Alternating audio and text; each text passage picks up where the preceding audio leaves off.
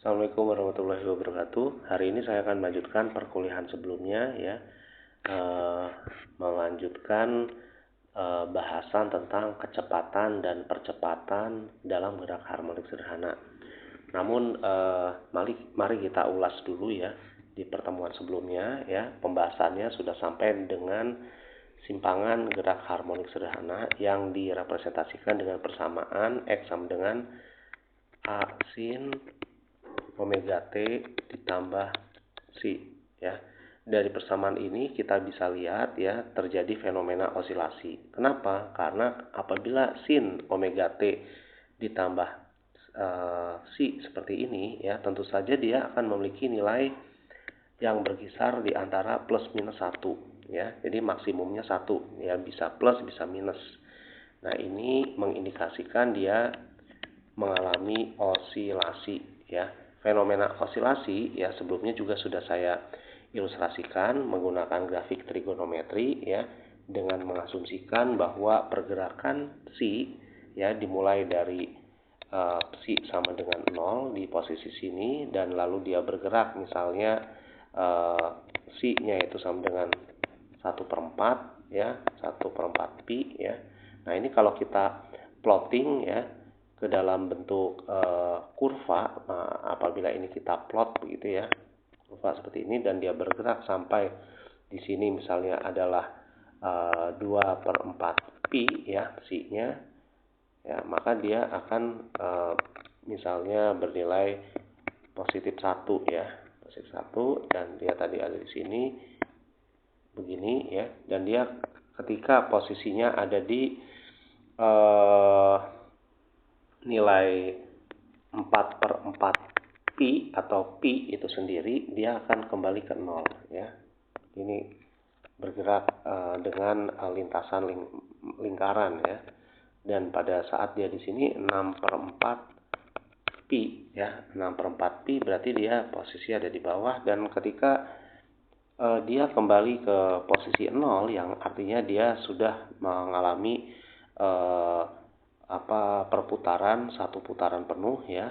Nah, jadi 8/4 pi atau 2 pi begitu ya, dia kembali ke titik mula-mula gitu ya. Nah, ini kalau kita bagi sesuai dengan plotting dari lintasan lingkarannya adalah yang ini 2/4 pi ya, atau setengah pi, yang ini pi itu sendiri, yang ini adalah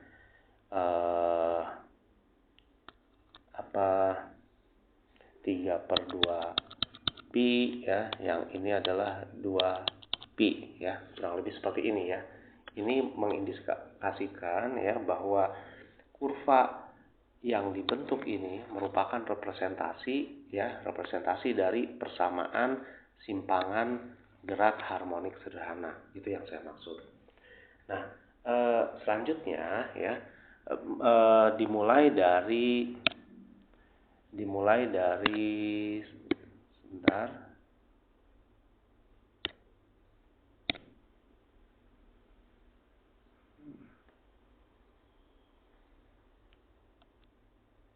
Selanjutnya ya, kita awali dengan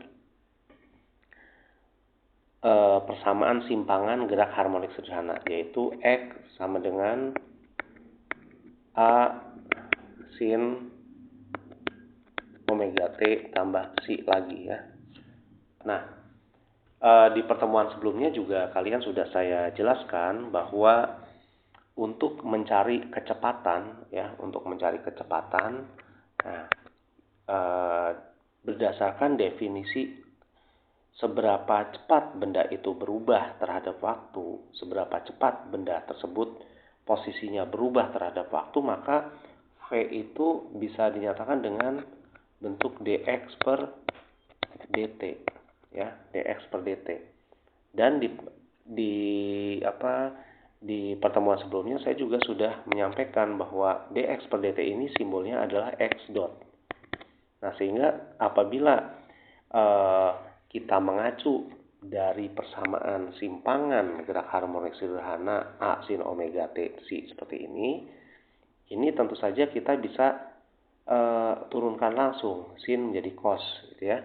Ini akan berubah menjadi A omega cos omega T ditambah psi. Ya. Sama halnya dengan kecepatan, percepatan juga sebagai representasi dari d kuadrat x per dt kuadrat, tentu saja itu merupakan persamaan pertama dari kecepatan, ya, turunan pertama terhadap waktu dari kecepatan, ya. Berarti saya tuliskan begini.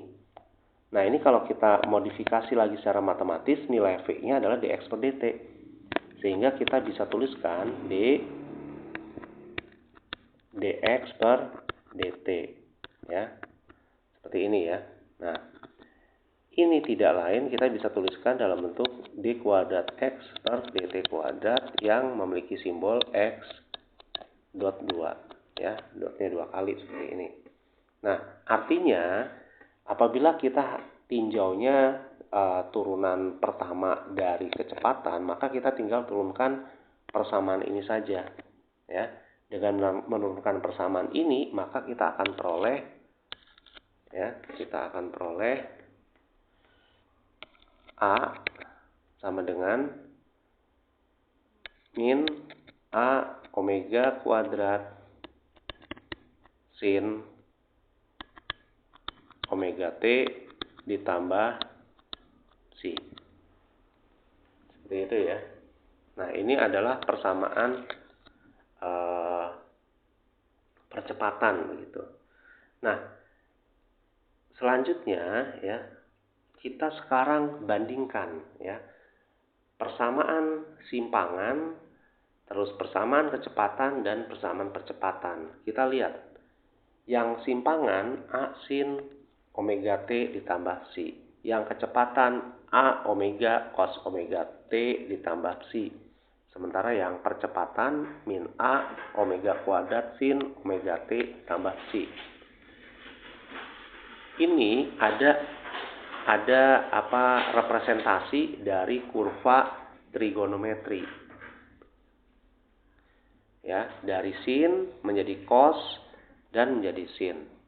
Yang berbeda apa? Yang berbeda adalah kondisi simpangannya. Yang pertama, amplitudonya adalah A, yang kedua A omega, yang ketiga adalah min A omega kuadrat.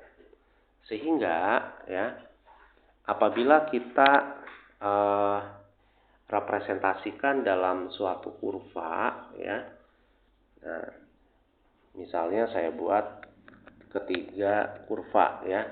Tadi yang pertama adalah X sama dengan A sin omega T tambah psi. Berarti dia punya amplitudo atau simpangan maksimum, yaitu A di sini, ya. Yang bawah tentu saja minus A. Ya. Nah, karena dia A sin omega T tambah psi, nah, punya amplitudo A, maka kita asumsikan grafiknya seperti ini, ya. Nah, ini adalah kurva simpangan, ya. Karena kalau kita lihat dari posisi maksimum dan minimumnya, berarti ini adalah X itu sendiri. Nah, selanjutnya yang kedua, kecepatan. Yang kecepatan saya buat juga, ya, seperti ini.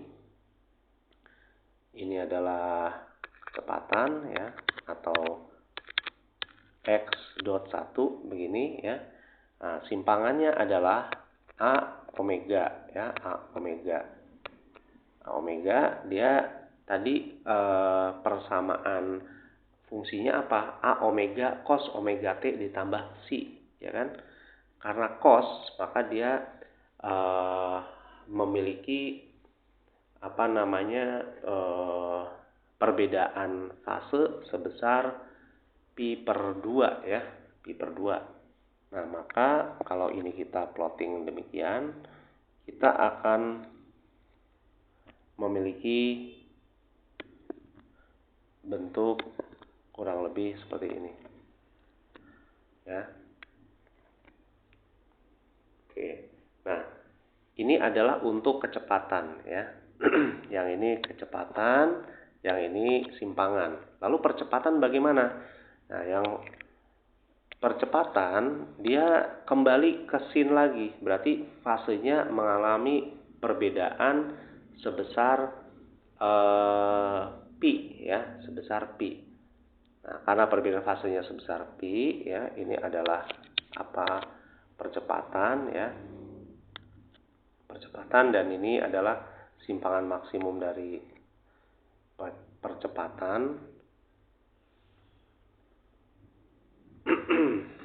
Ya, omega kuadrat, ini A omega kuadrat, berarti dia posisinya adalah begini ya.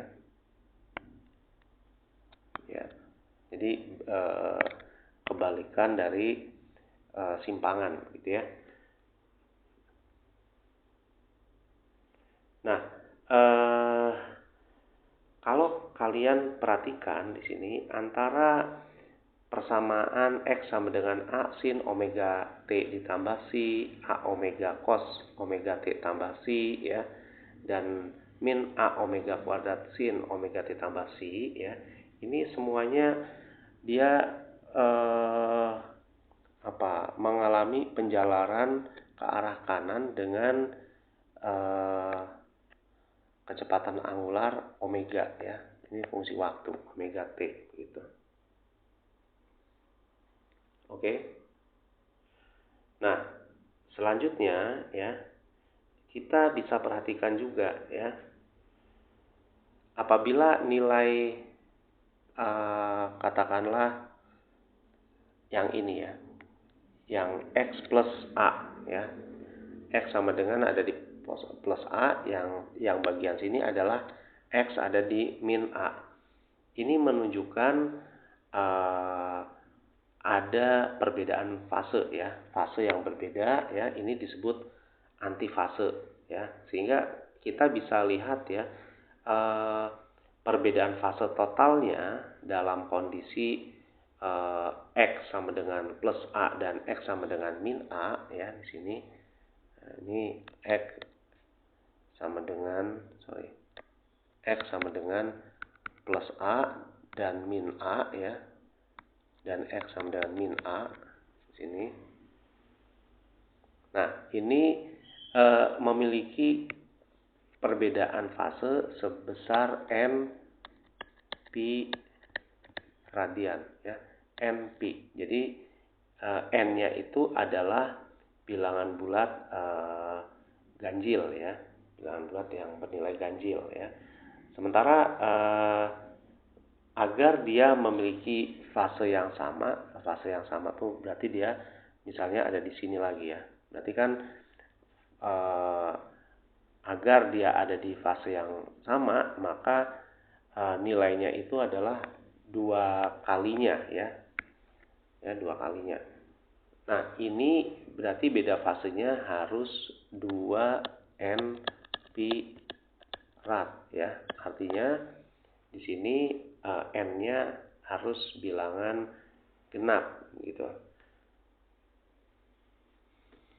Nah, pada kondisi ini ya, pada kondisi 2n pi rad ya, ini dengan ini ya, asumsikan demikian, maka simpangannya ya, begitu pula kita bisa tinjau kecepatannya atau percepatannya itu akan memiliki kondisi yang sama nilainya ya. Nanti kalian bisa coba cek ya di dalam soal latihan ya. Nah, selanjutnya ya, kita sekarang akan bahas tentang energi dari gerak harmonik sederhana ya. Nah, secara prinsip ketika kita bicara suatu gerak harmonik sederhana ya, gerak harmonik sederhana tadi sudah diilustrasikan ya, dia memiliki amplitudo yang sama ya di puncak ya maupun di lembahnya ya. Ini lembahnya, ini min A ya, min A, yang ini plus A, kurang lebih seperti itu ya. Nah, artinya apa? Artinya di sini kita mengasumsikan ya bahwa energi totalnya akan bernilai sama dalam konteks ini ya. Artinya dia tidak mengalami kehilangan energi atau no dissipation ya, tidak ada disipasi energi. Ya kan? Sehingga apa? Sehingga ketika kita bicara tidak ada disipasi energi, maka di sini berlaku hukum kekekalan energi ya. Hukum kekekalan energi yang bisa dinyatakan dengan energi total itu ya yang dimiliki oleh suatu sistem osilasi itu merupakan penjumlahan antara energi kinetik ya dengan energi potensial ya, KE ditambah PE. Oke. Nah, dalam konteks atau dalam kondisi tertentu ya, misalnya waktu kalian belajar konsep mekanika, ketika benda itu berada pada ketinggian maksimum, bendanya diam, maka nilai potensialnya maksimum ya, energi kinetiknya minimum, tidak ada. Dan sebaliknya ketika dia pada posisi yang bawah, energi kinetiknya maksimum, energi potensialnya minimum ya, sehingga energi totalnya bisa berharga energi kinetik maksimum atau energi potensial yang maksimum gitu ya. Nah, oke, selanjutnya ya apabila nih sekarang kita akan mengasumsikan ya, mengacu pada simpangan gerak harmonik sederhana seperti yang tadi sudah kita bahas ya.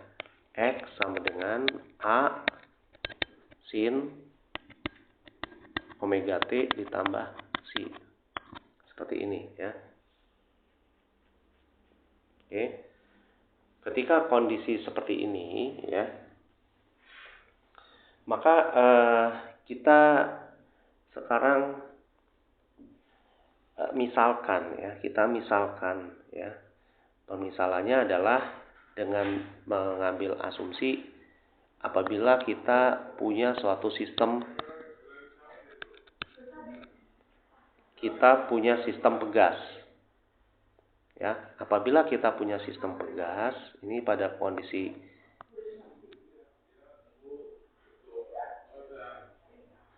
kita punya kondisi setimbang seperti ini dan kita tarik ya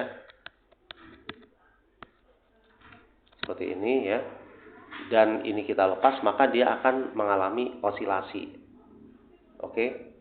Nah, ini kita nanti bisa nyatakan ya kita bisa nyatakan dalam bentuk energi potensial yang dinyatakan dengan representasi operasi matematika integral ya, yaitu integral 0 x ya s x kali dx ya. Dan ini kalau diintegralkan kita akan peroleh hubungan setengah s x kuadrat ya. S ini merupakan konstanta pegas ya. S itu adalah konstanta pegas. Sementara X itu adalah simpangannya dia. Simpangan gitu ya. Ini pada posisi 0 ini, lalu ini adalah X, kurang lebih kayak gitu ya. Nah, ini S kali X itu adalah gaya yang diberikan sehingga si pegas mengalami pemuluran seperti ini. Oke, sampai sini mudah-mudahan jelas ya. Nah, ketika ini pegasnya dilepas, maka tentu saja dia akan berosilasi. Berosilasi berarti dia memiliki yang disebut dengan energi kinetik ya. Dia memiliki energi kinetik. Maka dalam konteks pegas yang mengalami osilasi, kita sudah memiliki dua energi ya. Yang pertama adalah energi potensial setengah sx kuadrat dan energi kinetiknya ya, setengah m x dot kuadrat ya. Mx dot kuadrat seperti ini. Nah, di awal tadi saya sudah sampaikan bahwa energi total yang dimiliki oleh suatu sistem bergas itu juga memiliki dua komponen ya. Ada energi potensial dan energi kinetik. Tadi saya katakan juga tidak ada energi yang hilang atau no dissipation ya, no dissipation. Artinya apa? Artinya nilai energinya konstan. Konstan apabila kita tinjau apa? Kita tinjau perubahan energi terhadap waktu. Ya, ini harus bernilai konstan. Artinya di sini ya, ketika dE per dt-nya adalah konstan ya, nah, kita tinggal masukkan saja komponen energi yang merupakan energi potensial dan energi kinetik ya. Jadi kita D per dt kita masukkan komponen energi potensial dan kinetiknya. Tadi energi kinetiknya adalah setengah mx dot kuadrat ya, setengah mx dot kuadrat, dan yang potensialnya adalah setengah sx kuadrat seperti ini. Nah, ketika diturunkan terhadap waktu, tentu saja yang ini akan berubah ya. Yang ini akan berubah. Ini juga akan berubah. Kenapa? Yang mengalami perubahan itu adalah simpangannya. Maka ketika ini diturunkan terhadap waktu, komponen kecepatan dan komponen potensialnya persamaannya akan menjadi ya mx dot seperti ini ya, dua kali ya. Lalu yang ini adalah s x dan di luarnya ada x dot sama dengan 0. Nah, mudah-mudahan kalian paham kenapa persamaannya berubah menjadi ini ya. Nah, ini sebenarnya mudah saja ya untuk dipahami oleh kalian ya. Nah, kalau kita misalnya turunkan tadi yang saya maksud ya, D per dt ya, setengah mx dot kuadrat ya, seperti ini ya. Nah, ini kan tidak lain apa? Setengah m ya, d per dt ya, yang ini dx per dt kuadrat, kan begitu ya. Berarti ini kan turunan ya, turunan berarti ini sama ini ya, menjadi 2 per 2 kan, m d per dt dx per dt ya kan. Nah, selanjutnya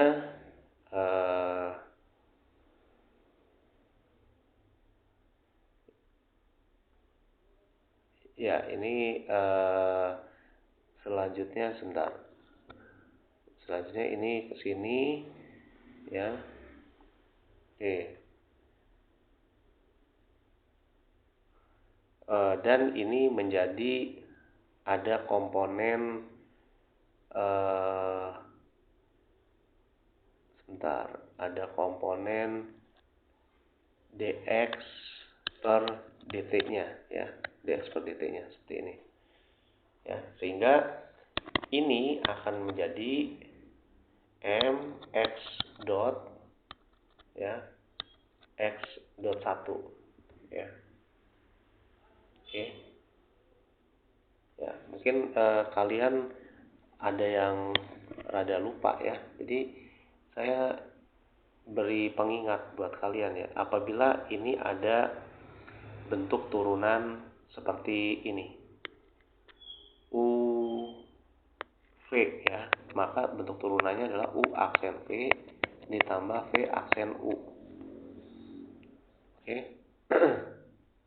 Ya, ini kita bisa misalkan ini adalah U, ini adalah V ya. Kurang lebihnya kayak gitu ya. Jadi turunkan dulu U aksen V ditambah V aksen U. Oke, jelas ya. Nah, selanjutnya untuk apa namanya yang setengah SX kuadrat ya. SX kuadrat ini diturunkan terhadap DT ya. Ini tentu saja turunannya akan menjadi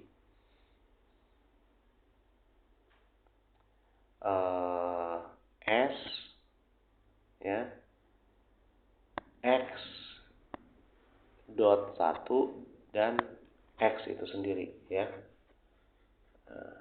Atau di sini disamakan S X X dot ya, sehingga persamaannya kita bisa nyatakan tadi menjadi DE per DT sama dengan MX dot 2 ditambah SX kali X dot ya sama dengan 0. Nah, sama dengan 0 ini artinya energinya conserve, tidak berubah. Nah, yang memungkinkan energi itu tidak berubah tentu saja nilai ini harus sama dengan 0. Ya, maka ini merupakan bentuk dari persamaan gerak ya, karena dia merupakan representasi dari diferensial orde kedua ya. MX dot 2 kali ditambah SX sama dengan 0. Oke. Nah, mudah-mudahan sampai sini kalian bisa paham ya, nanti dicoba diterapkan di rumah. Nah, tadi pada saat saya membahas konteks simpangan dari gerak harmonik sederhana ya, kondisi energi potensial itu bisa berharga maksimum ketika apa? Ketika nilai X itu sama dengan plus minus A. Simpangannya bisa plus A atau min A ya. Sehingga apa konsekuensinya? Sehingga energi potensialnya atau PE-nya ya berharga maksimum tentu saja pada saat simpangannya maksimum ya, atau dia bernilai dengan amplitudonya S sama dengan A kuadrat. Oke, seperti ini ya. Nah, selanjutnya bagaimana dengan energi kinetik? Energi kinetik juga sama ya. Energi kinetik sama juga, kita bisa nyatakan ya KE ya, sebentar. KE dia berharga maksimum ya, seperti ini. Ini setengah M X dot kuadrat ya, ini berharga maksimum. Nah, kondisi maksimum terjadi pada saat apa gitu ya. Kondisi maksimum kita ambil saja tadi kan nilai dari simpangannya adalah X sama dengan A sin omega T tambah psi ya. Maka kalau kita turunkan di sini tadi X dotnya itu adalah A omega cos omega T tambah psi ya. Nah, apabila ini kita substitusikan ke sini ya, artinya energi kinetik maksimum itu otomatis energi potensialnya minimum ya, 0 gitu ya. Nah, berarti yang kita pakai adalah nilai dari kecepatannya, A omega cos omega T tambah C. Sehingga dari sini kita akan peroleh ini menjadi setengah M A kuadrat omega kuadrat cos kuadrat omega T ditambah C ya. Ini maksimum. Nah, ketika berharga maksimum, tentu saja nilai dari ininya, cosnya ya, pada saat kita melihat dari kurva cos seperti ini, maka dia harus juga bernilai 1 kan. Ini 1 ya. 1. Berarti nilai maksimumnya dia adalah ini, energi kinetik. Setengah M A kuadrat omega kuadrat ya. Oke. Jadi energi kinetik berharga maksimum dinyatakan dengan setengah M A kuadrat omega kuadrat. Nah, di sini ya kita coba pisahkan sekarang. Setengah M omega kuadrat ya A kali A ya. M omega kuadrat A kali A. Nah, di sini ya, kalau kita lihat kesetaraannya ya antara energi potensial ya, ini kan energi kinetik ya, kita coba kesetaraan dengan energi potensial. Ini kita kembalikan saja setengah M omega kuadrat A kuadrat saja deh ya. Nah, kesetaraannya kalau begitu pada saat dia energi maksimum potensialnya 0 ya. Berarti ada kesetaraan di sini energi kinetik sama dengan energi potensial. Kenapa? Karena energi totalnya dia ya itu merupakan penjumlahan energi potensial dan energi kinetik. Sehingga kalau salah satunya bernilai maksimum, salah satunya minimum, maka pada kondisi tertentu energi kinetik itu sama dengan energi potensial ya. Setengah S X kuadrat. Nah, tadi dikatakan bahwa pada saat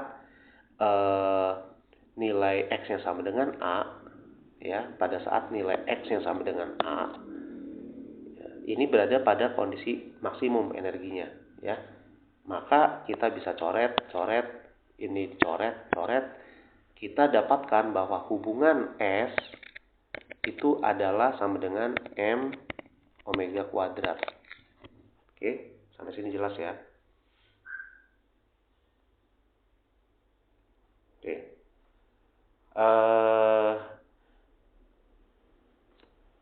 Hal ini kita bisa ilustrasikan ya, hubungan antara energi kinetik dengan energi potensial ya dalam bentuk kurva ya parabolik ya.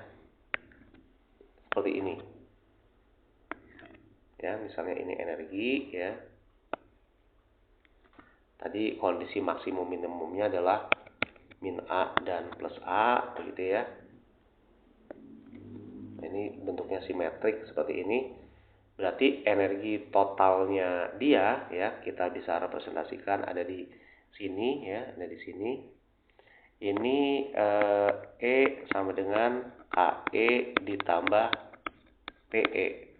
Nah, titik temu di sini ya itu adalah energi per 2-nya, E per 2 ya. Sementara yang bagian ini nih, bagian sini ini adalah PE ya, karena ini merupakan representasi dari energi potensial Sx kuadrat ya. Sementara yang bagian sini ya, yang bagian sini ini energi kinetik, bisa energi kinetik ya, representasi energi kinetik setengah M X dot kuadrat ya. Ya, jadi pada kondisi yang minimum ketinggiannya, maka dia energi kinetiknya maksimum. Namun ketika ketinggiannya dia maksimum, potensialnya dia berharga maksimum, sementara si energi kinetiknya minimum. Kurang lebih seperti itu. Oke, saya rasa perkuliahan hari ini saya cukupkan dulu. Sampai sekian. Sampai bertemu dalam perkuliahan berikutnya. Nanti saya akan membahas tentang konsep gerak harmonik dalam suatu sistem kelistrikan. Saya tutup. Terima kasih. Wabillahi taufiq walhidayah. Wassalamualaikum warahmatullahi wabarakatuh.